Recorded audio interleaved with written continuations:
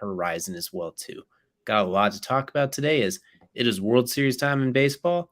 NBA season's tipped off. The NFL season is closing on its halfway point, and much, much more. Is DJ joined, as always, by my co-host Kelcey. And Kelcey, the more we look at it, the more it gets a little bit better and better. I feel like the sports schedule is right now as well too. You reach the mountaintop, you've hit the midway point, and you've hit the tip off, for lack of a better words, for the three major sports.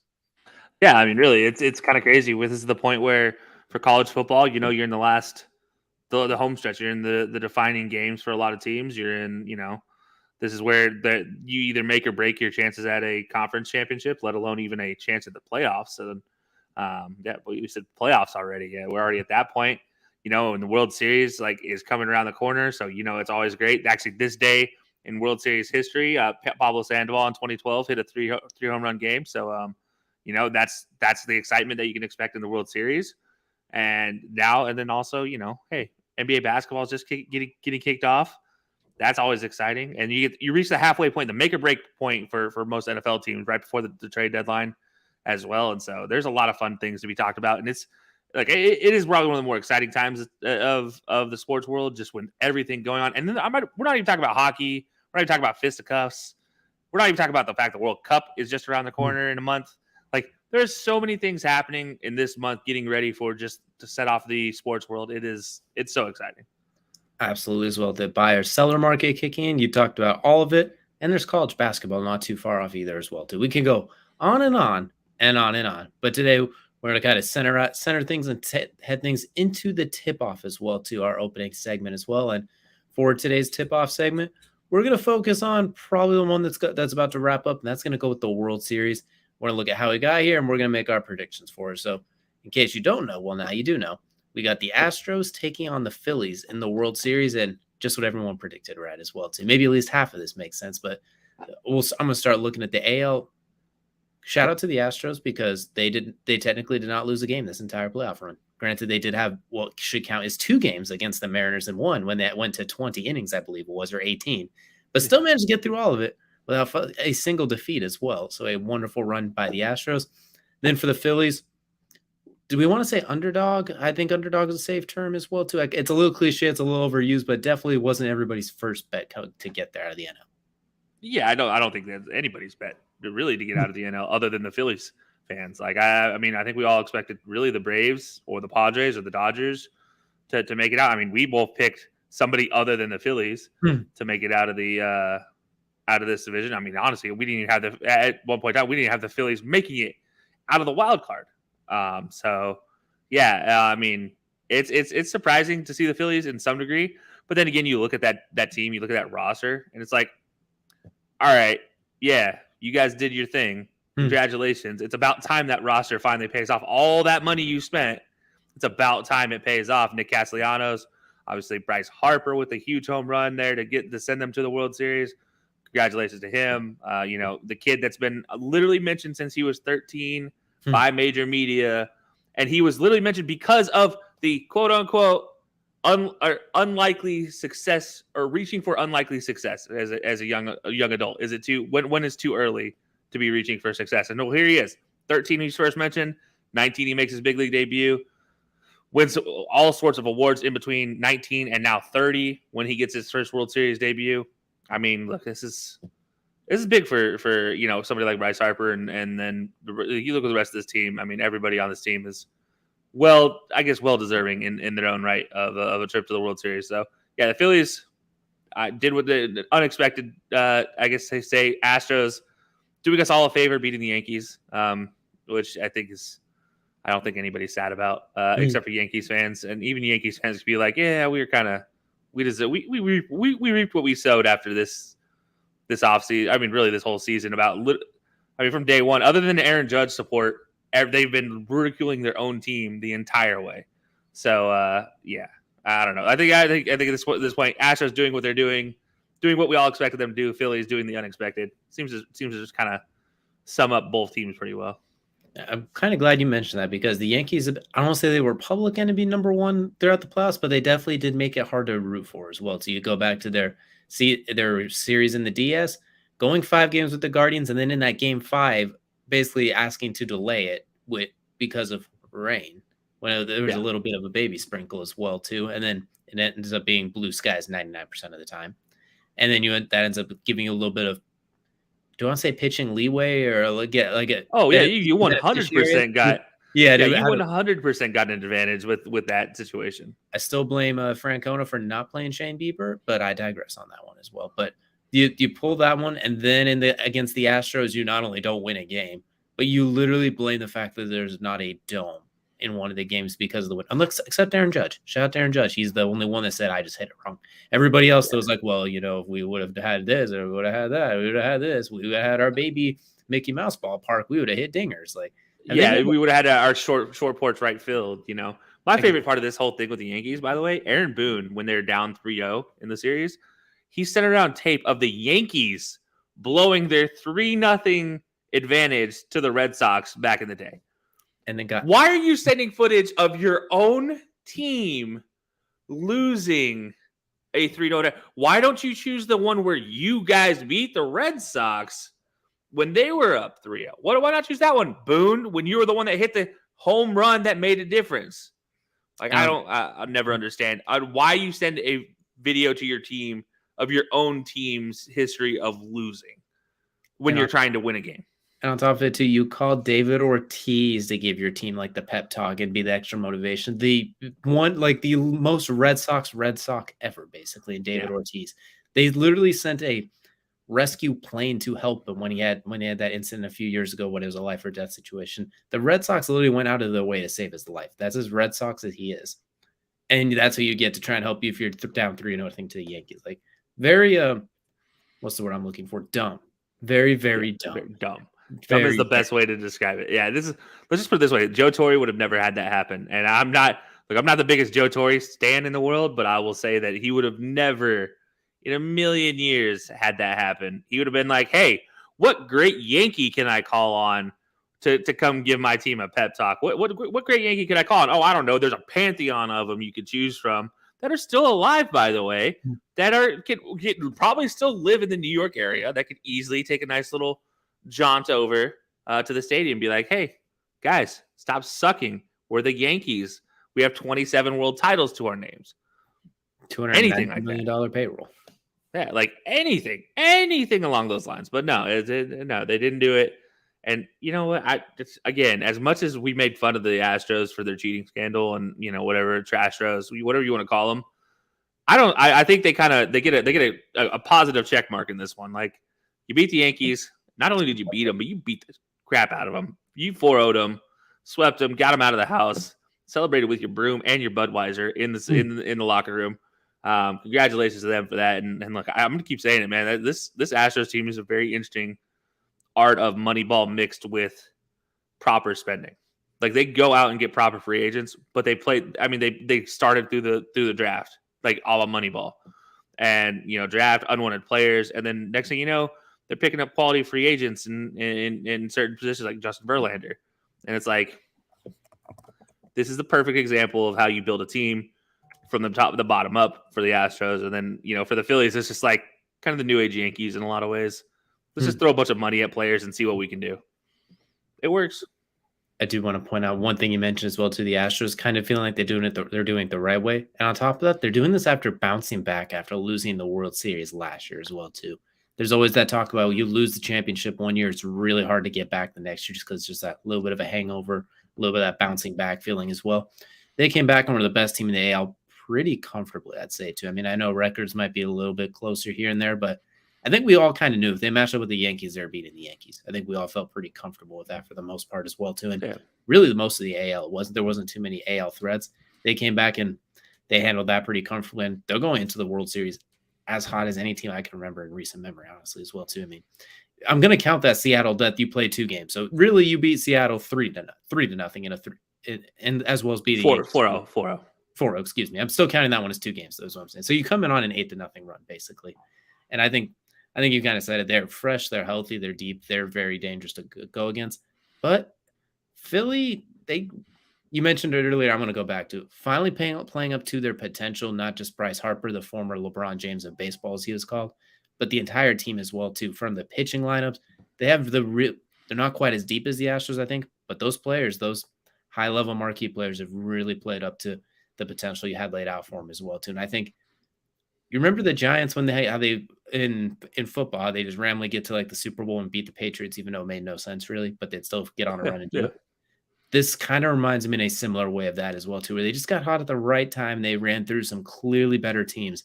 Next thing you know, they find themselves going up against that juggernaut, but they have a little bit of something that even the Astros can't match with a Bryce Harper's and those guys as well, too. Like their peak power, you could say, is arguably a little bit higher than the Astros. It's just a little bit harder to get there. Yeah, I mean, I don't know. I'd actually say, honestly, if you look at both teams, the roster for the Phillies is better than the roster for the Astros, That's what I'm top saying. to Like bottom. when they get at their best, they're the better. They just are too busy. Yeah. Woo. Yeah, they're too busy looking. They're too busy counting their paychecks, honestly. I mean, I'm sorry. You get Kyle Schwarber, and he's paid how much money to sit there and strike out 50% of the time? That's just, it's absolutely silly. It bothers me when somebody like Kyle Schwarber, who hits for power and strikes out a bunch, is getting paid $19 million a year. Dude, if you want a guy who can strike out a bunch and occasionally hit one over the fence, call me. Like, I got you. I'll strike out 300 times and give you 25 home runs, which is what Kyle Schwarber does. He doesn't actually strike out 300 times, but you get my point. Like, he strikes out an insane amount of times and then hits you 25 home runs. You're like, that's worthy of $19 million. What? No, come on. Like, it's the definition. Like, this is the Phillies are really the definition of bad. What's bad about baseball? They're the reason that the shift is getting banned. The Astros are the reason that the shift should be still implemented, because you just learn to hit the other way. You literally bunt to the other side of the field. Don't just keep pulling the ball. Anyways, I could go on a rant about this one because everything the Phillies do, it bothers me because they just threw money at a bunch of players that honestly their advanced statistics aren't great. Like their strikeout to hit ratio is not great. But you know what? Their home run to hit ratio is pretty high because they don't get very many hits, but when they do, they're home runs. Like that's what's best for this team, I guess. So it's the new MLB. I'm still trying to get used to it, to wrap my head around it, but we'll see. We'll see how this goes in the World Series. So based on everything you said there, sticking with the Astros as the World Series pick, or the Phillies maybe? Yeah. No, I'm still sticking with the Astros. I picked them before the playoffs started. I'm gonna stick with them. Astros. Gonna win this one. I actually gotta have this one probably going 4-2 Astros. I think the Phillies can win a couple games, but it's probably gonna be close to that 4-2, maybe 4-1 Astros. As much as I'd love to pick the Phillies just for us to go like back and forth, have a little bit of we didn't pick the same. I'm having a hard time betting against the Astros too. Like I didn't have the Astros winning the whole thing. We did our predictions, which my predictions were clearly terrible this year. But I kind of agree with you. I could see the Phillies stealing a game, just like when everything's kind of clicking on all. But I can't see them taking a full series. The way they play, it's not conducive of winning over the course of a series. I can see them maybe stealing a game. Maybe they even somehow win it like 8-1 or something dramatic in one game. But I can't see them pulling that off 4 times. So I'm going to go with the Astros 4-1.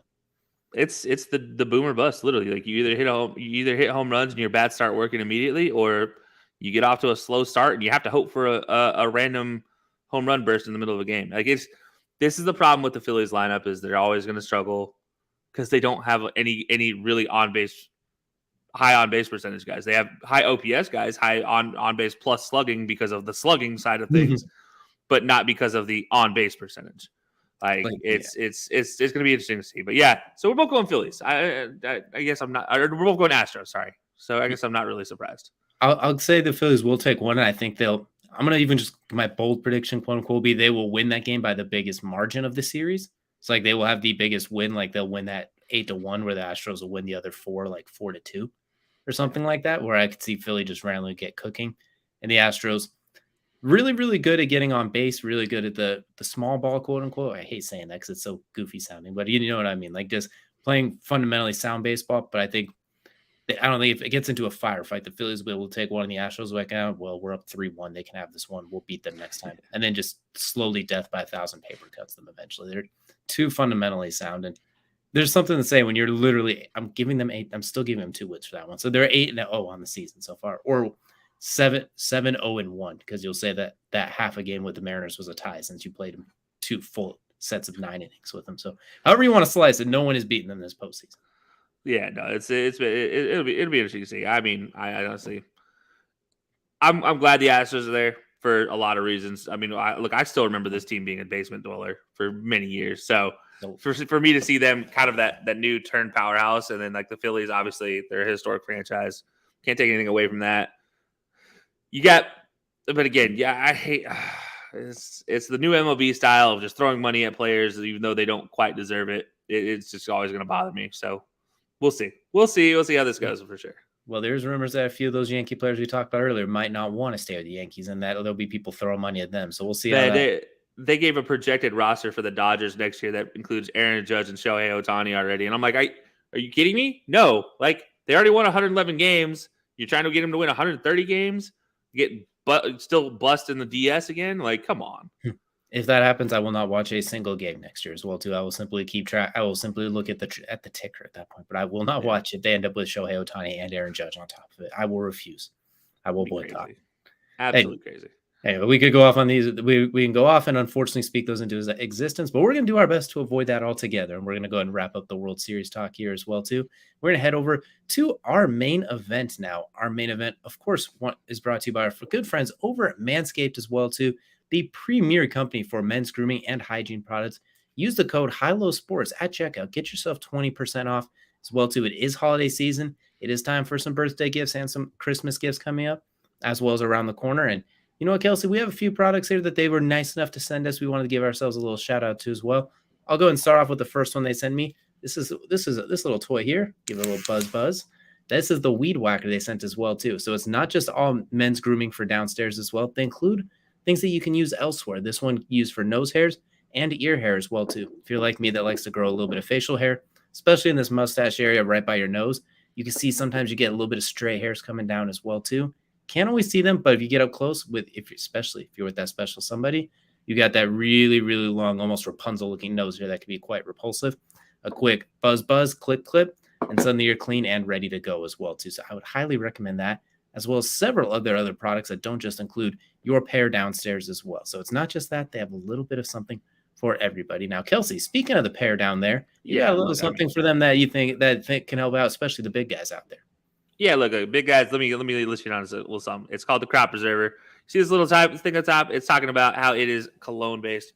Look, man, I gotta tell you, as a big guy, you sweat. Swamp ass sucks. If you're in a hot environment, swamp ass sucks. Like, we all know about it. We all experience it. Athletes, especially, we've all experienced it. Like, we all invested in baby powder, right? That was our thing. That was what we were always taught. No, forget that. Get this Crop Preserver. It is absolutely fantastic, life saving. We go to Georgia-Florida game this weekend in Jacksonville. We're going to have an absolutely great time. And honestly, I'm not going to have to worry about chafing because of this. It's absolutely fantastic. Love it to death. And honestly, if you guys haven't checked it out yet, head on over to manscaped.com. Use the code HILOSPORTS in the checkout. Get 20% off. Like, it's a perfect holiday gift for you, your special someone, your uncle, your aunt, your cousin, anybody. Literally, it doesn't have to be male just to get these. Like, look, I know Manscaped care about your pair, but it works for everybody. Absolutely anybody who has to deal with swamp ass. So go check it out, guys. Absolutely recommend it. Manscaped.com, HILOSPORTS at checkout for 20% off. Absolutely. Definitely don't want to miss out on that one. Definitely go check them out as well, too. Especially find a little stocking stuffer or something like that as well, too. It's very, very efficient gift giving as well, too. And let us help you out. And you help us out, and we help you out with code HILOSPORTS as well, too. So always a pleasure to get to talk about our good friends over at Manscaped. But that's going to take us now into the main event segment as well, too. You know, we like to kind of do this for you somewhere we look back at what happened in sports as well, too. We had ourselves a relatively busy weekend, and we're going to start with the NBA season getting underway as well, too, tipping off, if you will. And there was some good, there was some bad, there was some heinously ugly, and there's a little bit of something in between. So, Kelcey, I'll let you go ahead and pick up. What's the NBA opening week storyline that sticks out to you right off the bat? Well, okay. So I have a preference to take the negative stories and just put them out there first, because you get the negative out of the way and you can start thinking about happy thoughts, right? Well, this is actually kind of a negative that's such a happy thought for everybody else in the world. And that is, there are 3 winless teams. It kind of hurts me. I am one of my team is one of those. The Kings, the Magic, and guess who is the third? The LA Lakers. Dun, dun, dun. LeBron, Anthony Davis, Russell Westbrook. I'll get to Russell Wilson later. Russell Westbrook, you name this crew, and they are absolutely terrible. They are sitting at 0-3 right now. Magic 0-4. Kings also 0-3. And it's I'm looking at it and I'm still kind of in disbelief. But everybody else in the world is excited about this. The Lakers suck. This is something that we all love to see. Everybody in the world loves to see the Lakers suck. The only thing that would be better if the Lakers and the Celtics sucked. Then we'd all be happy. That'd be a great day. But we can't get everything we want. It's not Christmas time yet. Give it time. But yeah, it is. That's the one I want to start with. What is the Lakers' problem? Like, really, at this point in time, what can we say is the Lakers' problem? Because we all want to everybody wants to put it on Russ. But if you're the world's greatest player, a potential GOAT, how do you not take any of the onus on this one? And then if you're Anthony Davis, how do you get scot-free through all of this, considering you were the guy that LeBron said, if you sign him, I will come to LA? Like, how does this happen that LA has everything LeBron wanted except for wins? Well, what's wrong with LA? Well, we only got about 40 minutes left, so I don't have time to go too deep into that as well. But I'll keep my little rundown quick and simple as well too, and we'll pass it back to you for it. But obviously, Russ has been terrible. He's shooting 8% from three on what is considered wide open threes, which means like nobody's within. I think it's a 6 or 8 foot range of when they're shooting their three. He is one of 8 or one of 11, something like that as well. To like point is, it's terrible.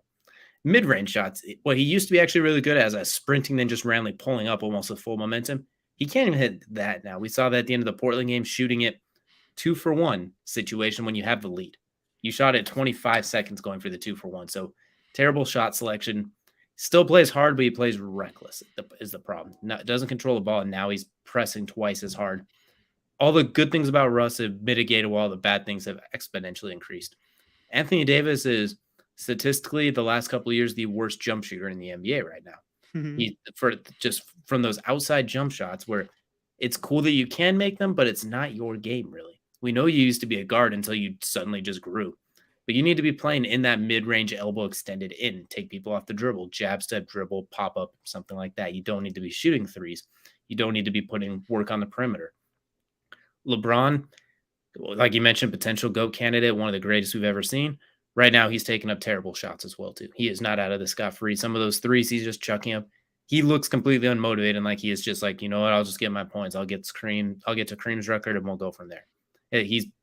I can't read into the mind of somebody. I don't know what actually is going on, but his body language is like that of someone who does not really care right now. You look at the surrounding pieces, too. Who put this team together? My goodness. Like, what? In an NBA that is all about spacing and basically drive and kick and spreading the ball around it. The ISO is basically used to create an open three or to take an open shot. They have nobody you can shoot. Like, my goodness, like Patrick Beverley, Austin Reeves, like what? Not one person do you look at and be like, oh, we can't leave them open. Like the Anthony Davis and LeBron are arguably the best shooters, and they don't terrify you unless it's one of those random nights where LeBron's cooking, which is once every 5 games where he's hitting like those fadeaway step backs, like, or if he's playing Toronto, I guess, but that's different. He's playing Toronto every night. But my point is, nobody on there really scares you offensively. The one thing I do like, they're playing defense pretty good this year for the most part. Like they're actually hustling, they're rotating, they're in pretty good spots. They're not being lazy like we've accused them of the last couple of years where they're just not trying. This year defensively, they're trying, which is testament to the coaching staff. But offensively, it feels like I'm watching the Colts and the Broncos Thursday night every time I watch them take the court right now. It feels like they're so discombobulated, and I'm not going to put it all on Russ. I'm not that guy. He's been terrible, but he's at least playing hard, and he's not accepting his 6-man role, which is not helping, but nobody else is carrying their weight either. They're basically using that as a cop-out, and I feel like they're going to have to find a way to trade him and get something in return. I've not seen a worse meshing of 3 superstars. Like we talk about the Brooklyn one with James Harden, Kyrie, and Kevin Durant. Well, they only played like 20 games together, so we don't even know how bad that really could have been. These guys make absolutely no sense together. It's just not working. So if you're going to move LeBron, you're going to move Anthony Davis, you're going to move Westbrook, most likely Westbrook. I feel like you got to try and move him. Just get a guy who can catch and shoot, maybe play a little defense. Just like what Steven Jackson used to be, just get something like that in return that fits, because right now this conglomeration of parts just doesn't make sense. And nobody's going to ever say it. Nobody in the team's going to say it, but eye test really isn't lying on this one. It's the worst mixing of parts. It's like they threw mayonnaise, spaghetti, and oysters into the same pot and expected it to work. 3 things separately, maybe okay, there's a way that you can make it work, but together that just sounds heinous what I just described there as well too. So you get my point there. Yeah, no, okay. So we've talked about plus minuses and my love hate relationship with them, but I feel like this is very defining for this team. Do you know how many Lakers are above the plus minus threshold? So they're in the positives. I think there's only one, right? No, 4. There are okay. 4. I'm gonna name them and tell me how many of them you think. Tell me how many of them you recognize like their play style. Cole Switter, Who? Max Christie, Who? Scottie Pippen Jr., Woohoo! and Patrick Beverley. Patrick Beverley is actually in the positive for plus minus.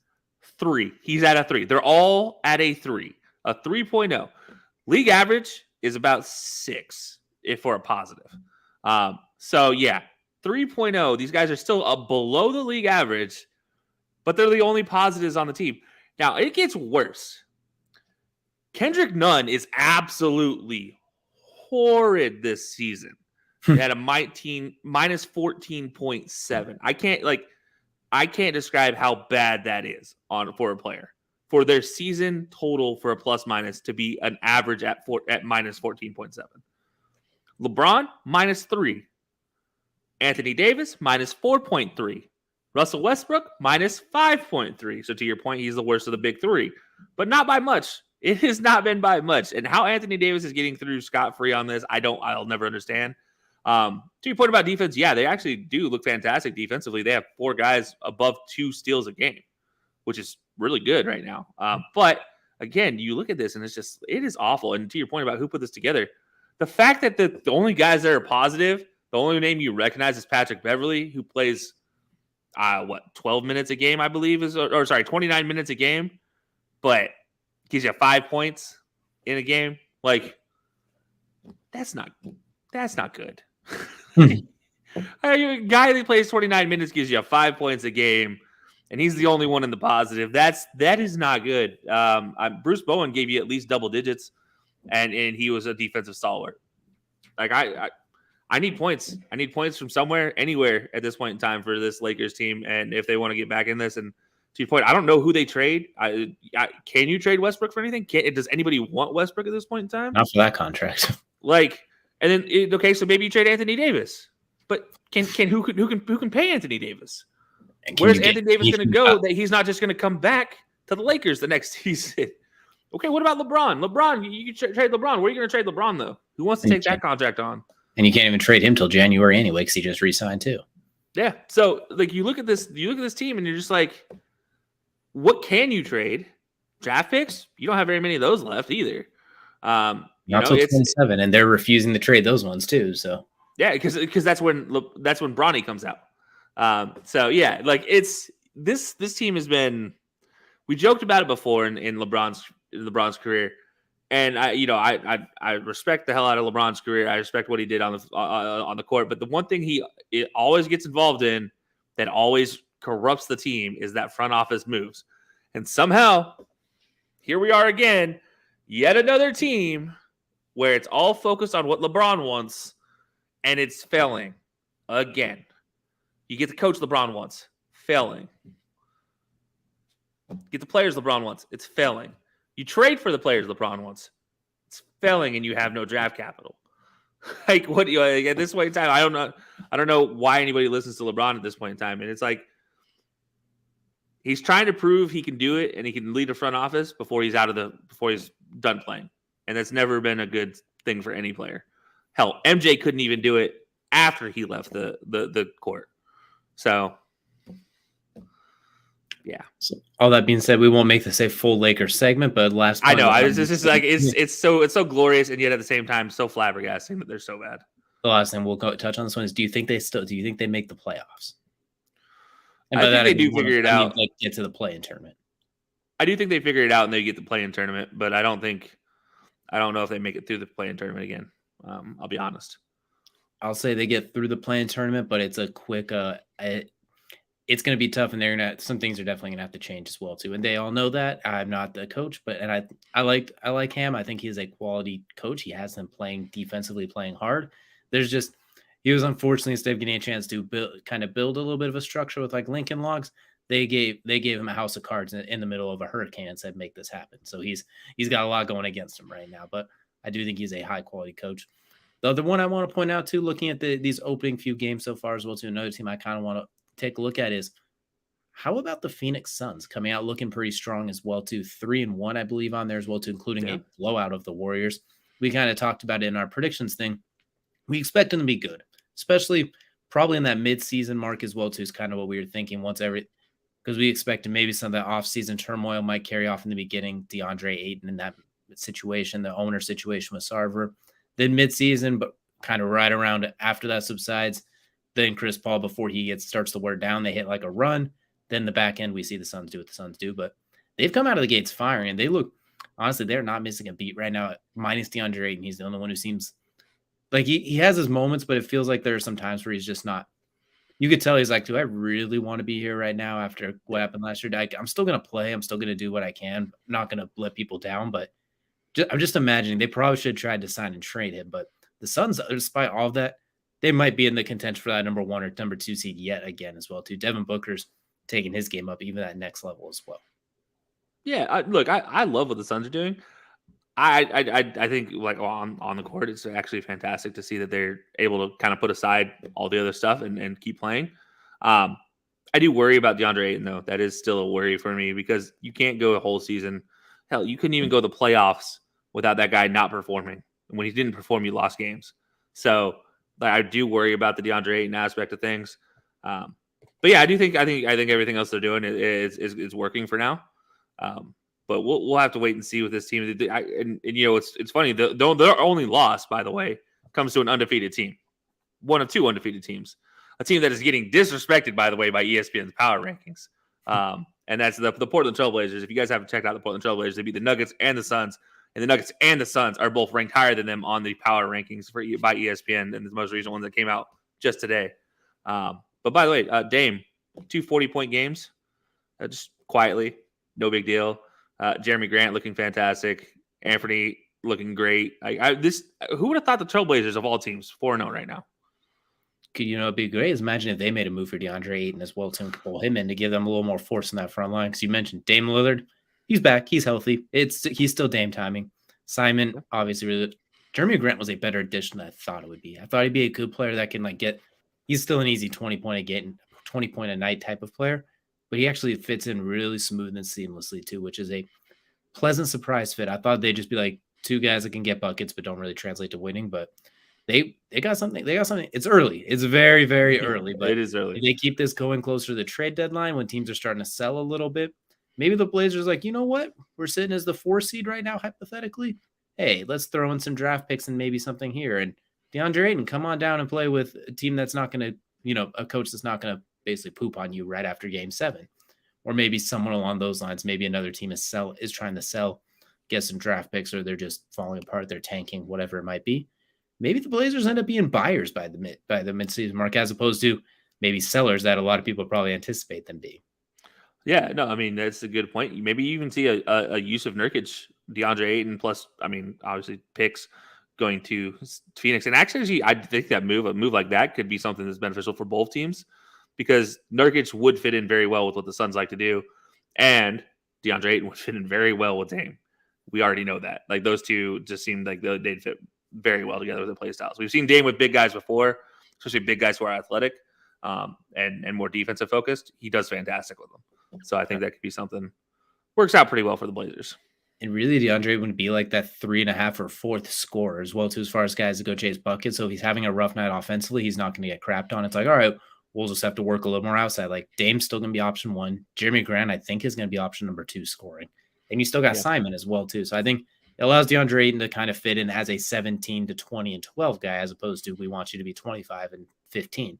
You don't have to try and make him Joel Embiid or something that he's not. So it's not going to happen, especially because you have to make salaries match and all that. It's not going to happen, but in my head, it makes it a fun pipe dream, and it makes Portland, I think, a dangerous playoff team, not just a team that kind of in recent memory where they overachieve in the regular season. Then by playoff time, it's like, well, slow down Dame and force him to shoot logo threes, and you have a chance, because he can only hit 80% from there once against the Nuggets, basically. Like, they've been a rough playoff out, but I think he gives them something that makes them a little more dangerous playoff time. So it won't happen, but we can hope as well too. The last team I'll quickly touch on before we switch over to the gridiron, the New Orleans Pelicans look like a team. They look like they have something brewing down there. We kind of talked about it when we did our predictions. We like the players. We just want to see how they fit and see how the coaching fits and if Zion can play and stay healthy. Well, so far you've had him for 3 of the 4 games. He looks pretty darn good again. He looks like Zion. 60 points because he's dunking every play or shooting layups. Brandon Ingram is a bucket. And I bet the Lakers are looking at like, damn, we should have kept him. We really should have found a way to keep him and trade everybody else. CJ McCollum, still CJ McCollum. All 3 of them missed the game. I think it was 2 days ago. The New Orleans Pelicans still found a way to win it too. It's a very well coached and a very, very good team. So I'm looking at the Pelicans as a potential, not just a playoff team, but maybe one that even bypasses the play-in tournament. Somebody to keep an eye out for if they can stay healthy. Because I like what's going down there in the Big Easy. Yeah, no, look, I mean, you mentioned Zion, and yeah, he's been either dunking or he's been actually his mid-range shots have been absolutely on point right now this season. Not up to his career standards. He's a career 60% shooter, but this season's sitting at about 49.1. But still, I mean, looks pretty good. The only thing that scares me is the injury thing that he's missing a game for now is a posterior hip contusion. So basically, the backside of his hip hurts. He's got a big old bruise on it. Well, that just means you can't sit down. It means you're bumping into anybody. And by the way, any spin move off of anybody, that's going to hit somebody and hurt. So, I mean, how bad is it really? How much is that going to affect him going forward? How bad does that change? Because he loves that spin move. Absolutely loves that spin move going into the paint. So we'll have to see how that goes forward. But yeah, Brandon Ingram, man. Thank you, Brandon Ingram, for finally being the Brandon Ingram we've been trying to hope you could be for forever at this point in time. Getting out of LA was the best thing that happened to his career. The worst thing for Absolutely. LA. That's the one guy they should have kept. Yeah, and then again, the guy that we all kind of overlook every time I feel like we talk about this Portland team, or not Portland, but New Orleans team, is a former Portland player in CJ McCollum. I think CJ is still that dude, but he's getting a little more into a volume, that dude. And it's a little more nerve-wracking. So Brandon Ingram is getting better, consistency wise. But then you got CJ just putting up more shots, getting more points, but putting up way more shots. And I'm like, whoa, less number 8 Kobe, more 24 Kobe, please. Mm-hmm. Let's get some accuracy with your shooting, please. And he does bring in a nice veteran leadership to go with it as well, too. So definitely a team to look out for as well, too. We're going to be talking a lot of NBA this year. There's a lot to cover. It won't just be what's going on here in La La Land. There'll be a lot more to talk about moving forward as well, too. But next, we're going to head over to the gridiron as well, too, and take a look at some of the things that happened over Week 7 in the NFL. And, I'm going to start with one on this one. I'm going to start with what happened after Week 7 as well, too. And in Indianapolis, we see a quarterback change as well as Matt Ryan will be getting – he looks like he's being benched for the rest of the season, in part due to injury, in part due to coach's decision / owner's decision, which is what it's been basically laid out as is. It sounds like that's the owner's preference. But we'll see Sam Ehlinger, the former Texas Longhorn, most famously known for saying, "We're back" for 5 minutes and never being back. And we'll see what he has as they take on the Washington Commanders this weekend. I'll go and get your thoughts on this one first. What are your thoughts on seeing the Colts not only going to the quarterback change, but basically stating Matt Ryan, for lack of better terms, will not be playing for us the rest of the season, barring a list of injuries? Well, okay, so it needs to be prefaced by saying Matt Ryan is actually injured, and that is what led to them being like, look, we're tired of seeing you get beaten up. Let's throw a young guy out there and see if he can survive. They also said he will not be the backup until worse comes to worse, too. Right, yeah. So they're saying Nick Foles will serve as backup until, a further date. I honestly think two things. I think, one, Matt Ryan is actually injured far worse than we are thinking. And that's why he's not going to serve as a backup. He's just basically going to be inactive, just getting healthy, getting his paychecks. It's kind of their way of being like, hey, we respect you. We're going to let you keep getting your paycheck. Don't worry, type of a thing. But we're not going to put you on the injured reserve where you don't get your full paycheck. I think that's a big part of it. But then on the flip side of things, I think this is a good move for Indy. There is obvious there needs to be a change. And I think by going to Sam Ehlinger, the biggest part of this is you then simplify your playbook. There's going to be no more exotic blocking schemes. There's going to be no more crazy situations on the outside with the receivers. It's going to be very simple. RTDB, third down and 5 slant. Very simple offense. It may be very easy to read, but you know what? If you do simple things effectively, you're unstoppable. So it's a very simple game that the Colts are going to be playing going forward. I think it's beneficial for the Colts offense. Obviously, we still have an issue with the Colts defense that needs to be solved, but I think for the Colts, that's probably a good move going forward. I feel like, obviously, I would have loved to see them go in the offseason instead of getting Matt Ryan, have actually drafted somebody, but beggars can't be choosers at this point in time. But we'll say hopefully Sam Ehlinger still has a solid 40 because he's going to be running for his life. From what we've seen with this, we've seen from the offense, the offensive line, the blocking schemes, the regression, you could say, and some really high, what we thought were really high level players. So hopefully, the good thing his legs work because he's going to have to use them as well. We'll see if I feel like he's in. I think that first week against Washington, he's going to see a packed box. They're going to put 8 in there and say, "All right, here's cover 0. Read it and beat it. See if you can block it. Try and run away from it." Because the best way to stop a scrambling quarterback is to cover 0, blitz him. We saw that be how PA teams. Lamar's still adapting to getting past that, and he's starting to get better at it as well. But all right, Sam Ehlinger, it's your first time under center. This offense is struggling. They're bottom 7 in the league. The offensive line makes no sense how it is so bad. How many times have we seen multiple guys on their back by the end of a 4-second play? Like it seems like every other play there's including Matt Ryan. If we include Matt Ryan, then it's 3 to 4 every single play. Like it makes no ridiculous. sense how bad they've regressed. Like it doesn't make any sense. It's like Madden when they ran like, oh, you hit 30, then it drop you 8 points or something like that. It feels like this is one where like they'll win a couple of games, but it lowers the temperature on the hot seat a little bit, I guess. And at the same time, it's Matt Ryan, if he gets hurt and he's not healthy, but he can't pass a physical in the offseason, they owe him more money. Like he has an injury guarantee. So it feels like at this point, like Matt Ryan, we are sorry, we got you killed. This was elder abuse. We apologize, but we're not paying you that extra $30 million of if you are on the roster and if you are injured by like March 18th or whatever the date is. I don't remember off the top of my head, but there's a lot of money guaranteed if he's on the roster and if he's not healthy in the offseason. So at this point, I think they're saying, all right, we have the full reset. Sam Ehlinger, if you are Tom Brady 2.0 with that 6th-round pick self, here you go, guy. Go save us really quick. If not, Hendon Hooker, Bryce Young, CJ Stroud, whatever season you want to call it as well. I think the plug-and-play geriatric quarterback season is finally over.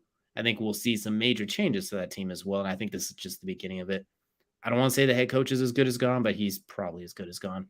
The GM's not as good as gone, but boy, is he close. Like I think there's going to be a whole lot of changes as well. So I think this is just the beginning of what might be a mini rebuild, and I wouldn't be surprised if they turn into mini sellers as well, too. I'm not saying they're going to sell like a Jonathan Taylor or anything like that, but Yannick Ngakoue, maybe Stephon Gilmore because he's been playing lights out. Maybe a team that needs a contender that needs a corner. You never know. I'm not ruling out. They're not going to go full what we thought the Panthers would do, but something to keep an eye on there as well, which they're not far out of the playoff race, but at the same time, they're pretty far out of the playoff race as well, too. They're probably the worst team that's still technically, quote unquote, in it right now. So we'll see. There's a lot to keep an eye on there as well, too. If I'm Indianapolis, I am already sending all of my scouts to Kentucky versus Tennessee this week, and I'm saying, which one of these guys do I want? We're going to, whatever one is available. And your goal is to win no more than 5 games this year. And I'm sorry for the head coach and the GM, but you won't get around to reap those benefits. So you probably should have tried to grab a quarterback before in the last 5 or 6 years after Andrew retired instead. Maybe instead of trying to grab geriatrics, but I digress. Or maybe offensive linemen to help him.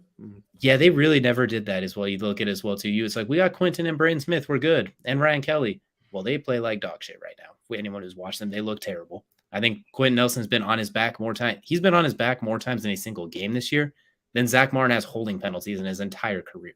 That is how bad he has regressed.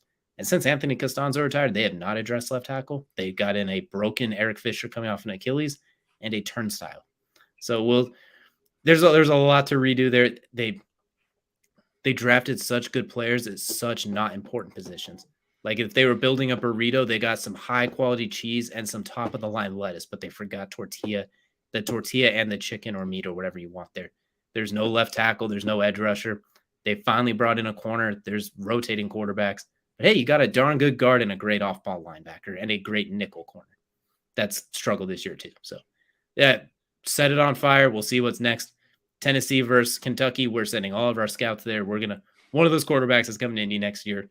Get ready to trade up. That'd be my move if I'm with them. Barring Sam Ehlinger going on like a 8-game winning streak or something like that and proves that he's that dude. Yeah, no, I agree. It's been bad in Indy to say the least. To comment says itself. Nelson's regression is wild. But look, I kind of want to get away from the bad news here a little bit, but that can't. Yeah, unfortunately, we really can't get away from the bad news because there was one other trade that happened after the week as well that very impactful for one team that actually had a really great Monday night, and that's the Bears trading Robert Quinn for a 5th-round pick. And by the way, if you haven't seen, Roquan Smith was actually on the mic when this trade happened. He was actually in a press conference, and somebody was like, "Hey, did you see what happened? Robert Quinn just got traded." Him and Robert Quinn, since Robert Quinn had joined the team, it's been well known that those two are very close. And actually gets tearful on the mic. Actually has to leave the press conference early. So I come to you with this question: Bears, you win a big game. You look great doing it. You've looked good the last couple of weeks. You just missed a couple close games. Why are you selling? I will say I don't mind selling Robert Quinn. I hate when you did it. That is my biggest problem. Is you should have done it weeks ago. Maybe there wasn't a market for him weeks ago. Maybe it just finally heated up. And that's a whole lot of money for a guy who wasn't really doing a whole lot for you this year. He earned a lot of money last year, and this year not as much. So I get it. But at the same time, it's like right when you're kind of in the playoff thick of it as well, too. Like you have it. It's tough because the trade deadline's right around the corner. I get it. And then the Eagles too. I mean, my goodness, they're 12 deep on defensive in that front seven now. It's absolutely insane. But I get it, but I don't get it at the same time, if that makes sense. Like, what a weird time to do it, and to trade it to the Eagles as well too for a 5th-round pick that I think they said could become a 4th or something like that. Like, it feels like I just don't know. It's very weird, and this Bears front office has been very, very weird since they took over. And I'm just glad they didn't trade away an offensive lineman at this point as well, too. You don't even have enough starters at this point, let alone to be trading stuff away. But we'll see what they have in mind. I know Robert Quinn hasn't quite been Robert Quinn this year, but the defense has been pretty good, especially on the back end. So maybe we'll see. Will we see Roquan moved, do you think? I don't think so. I think because he played a heck of a Monday night game, too, by the way. He had a really good – Oh, he has had a fantastic season. I think they're still going to try and work it out with him, but – he's not going to get that Darius Leonard money / Shaquille Leonard money because what we've seen as soon as he got paid, he has played a half. Like it's at that position, it's too not unimportant, but it's not as important as a left tackle, a quarterback, a corner, an edge rusher, an off-ball linebacker's a nice luxury. Like, especially when health is the other issue for those smaller linebackers like Roquan and Darius Leonard, the guys who fly, but they're undersized and then they have to take on guards. So they could agree to like a $15 to $16 million a year range, maybe, but I don't think he's going to get that 19 to 20. And case in point, as you look at what happened with the Colts and paying Shaquille Leonard, when in a position that's very, very volatile towards health on a smaller player. So I hope they do because I like seeing Roquan Smith. He fits in Chicago. That defense has come together nicely, but I'm going to lean towards he finishes the season, but they don't re-sign him. Okay. All right, fair enough. Yeah, we'll have to wait and see with Roquan. But I do want to go to a trade that actually did work out and that we actually got to see play during week 7. And that was the big one. Christian McCaffrey going to the 49ers. What's your first thoughts? Obviously, the 49ers losing the game to the Chiefs. That aside, what is your first thought of CMC actually being a 49er and seeing it on the field, rocking that 23? First of all, it just makes sense. Like on the one hand, it looks really good. I think he looks good in a red 23. It's very Stanford reminiscent as well, too. That being said, I don't think this is a right now move. I think this is a long-term move as well, too. I think they did this for next year when Trey Lance comes back. I think this year, if you can get something out of him, it is a bonus. If you can go on a mini run here with Jimmy Garoppolo, that's great. But I think this is a long-term move since CMC is under contract for a few more years, I believe. Plus, Trey Lance is still on that rookie deal and has that 5th-year option as well coming up. So they won't have to pay a lot for a quarterback if Trey Lance is that dude that they think he is, which means next year you have Trey Lance who you can use as like a running quarterback option. Hopefully not as much as they did at the start of this year. He's not a battering ram, Kyle Shanahan. You have Christian McCaffrey who you could play in the slot. You could play out wide. You could play at running back. You have Debo who you could play in the slot, out wide, or at running back. You have George Kittle who you could play in the slot or at tight end. You could probably put him out wide as well. And then you also have Brandon Ayuk who's coming into his own as well. Like, there's a lot of very, very versatile chess pieces with this team. And I think CMC lets them maximize that. And it allows them to just have a different type of game break. Because we've seen Jeff Wilson's, Elijah Mitchell's. They can plug and play just about anybody and be effective. Now you get someone that has an extra gear like that 4th gear of nitrous that we're playing Too Fast, Too Furious or something like that, where it could just get different. It allows Trey Lance to check it down 4 yards and get 40 yards and not just to Debo Samuel. So I think this is a long-term move that if it pays off now, that's great. That's kind of how I look at it. I don't think it's as much a move this year as it is long-term because they already traded away all their early picks. Your money's invested in Trent Williams at this point because, boy, did he get a big contract. At this point, it was more or less what's the best player. He's probably better than a lot of players you're going to get with those draft picks anyway. So I think it's a long-term move that if it benefits this year, it helps Jimmy Garoppolo since he's not throwing it beyond 5 yards over the middle of the field anyway. So I think it maximizes this year, but it's even better long-term. Yeah, no doubt about it. I did enjoy seeing CMC on the field, especially wearing 23. I just looked right for some reason. I don't know. All right, and then before we wrap this up, I do want to get your opinions on 3 games. I want to know what your thought is on the worst loss, the most surprising loss from this week, and it's between 3 games: Panthers over the Buccaneers, Commanders over the Packers, or the Seahawks over the Chargers. Which one do you think is more impactful for the season? Which one tells you a lot more? I'm going to take the low-hanging fruit. I'm going to say the Panthers beating the Bucs because not only did they beat them, they beat the brakes off of them. Not only did they beat the brakes off them, they did this 2 days after trading CMC. They did it with PJ Walker as your starting quarterback as well, too. So Baker, Sam Darnold, Matt Corral, none of those guys. You brought in PJ Walker, all reliable to get you that one random win per year. And I don't think it's going to change the Panthers' outlook for much. I think they're still going to be probably a lower team in that division. I think this is kind of a one-off. But for Tampa Bay, oh boy, I'm not going to say that they're out of it because that division's terrible. But boy, oh boy, do they not look good right now. Their offense is sputtering. The defense is starting to have some cracks in it. They're struggling blocking. Tom Brady looks not old, but he doesn't look like Tom Brady of last year. That should have been MVP. Mike Evans is your only consistent weapon, it feels like, because Chris Godwin's been hurt. Julio Jones is gone, but we already knew that was going to happen. Leonard Fournette, the team just looks messy. I think they'll be fine. They're still going to get to the playoffs, and that's where all of the hell breaks loose. But right now, it's looking rough. It's really so. I'm going to go with that one just because nobody really expected that one. Tampa Bay was 13-point favorites, and they lost by 18.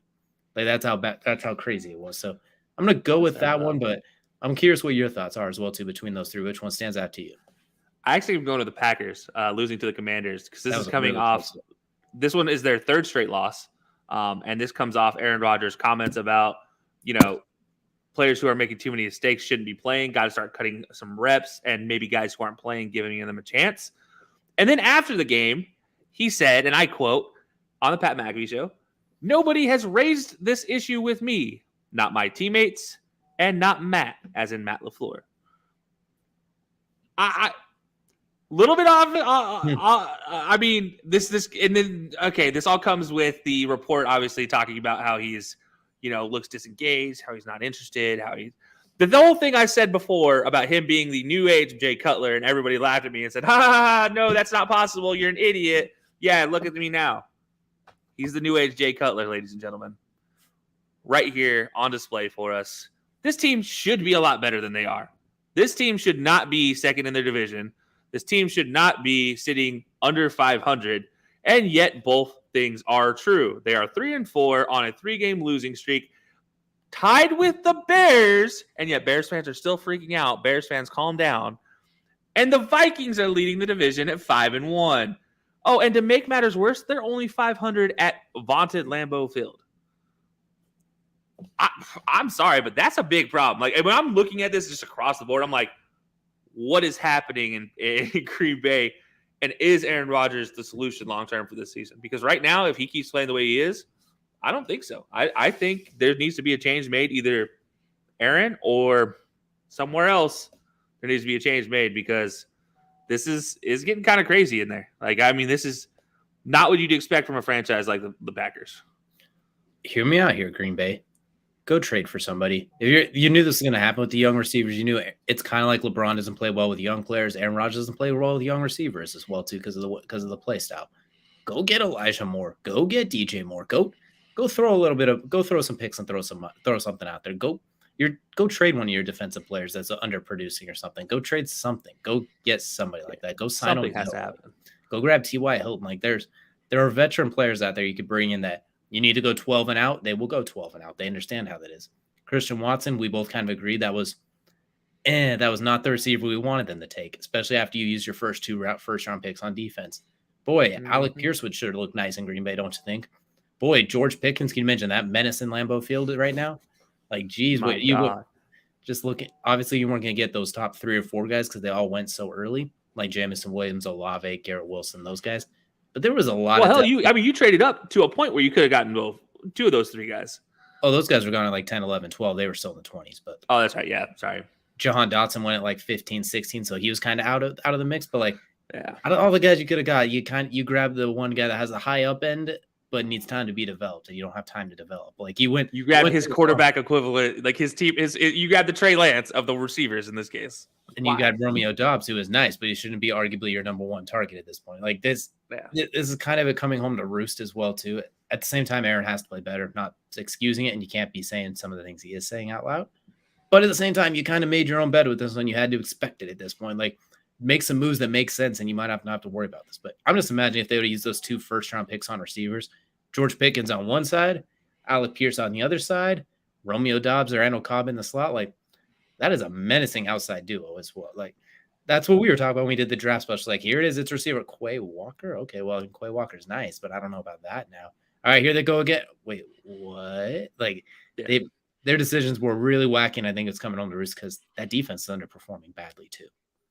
Yeah, well, not badly, but underproducing a little bit considering how much was invested in. Yeah, I think both. I mean, both games we talked about. Obviously, the Bucs and the Packers are both worrisome, but I feel like the Packers to me is just a little bit more so for all those reasons. Just because it's like we're watching a guy who's one of the greatest quarterbacks of our generation just literally fall apart in front of our faces, and on the other side for the Bucs, we're watching the GOAT of quarterbacks, if you will, for most people, and he's falling apart before our eyes because his team can't catch the ball and they can't stop anything. They can't stop a nosebleed defensively at this point in time. It's like it's tough. So they do have the beneficiary of having nobody in their division, where unfortunately the Packers have the Vikings and the suddenly starting to crank it up a little bit Bears as well. So and the frisky Lions. So a little different. Weirdly enough, the division might be a little more dangerous. So there's a lot. The Bucs are still tied with the Falcons. Let's not forget that.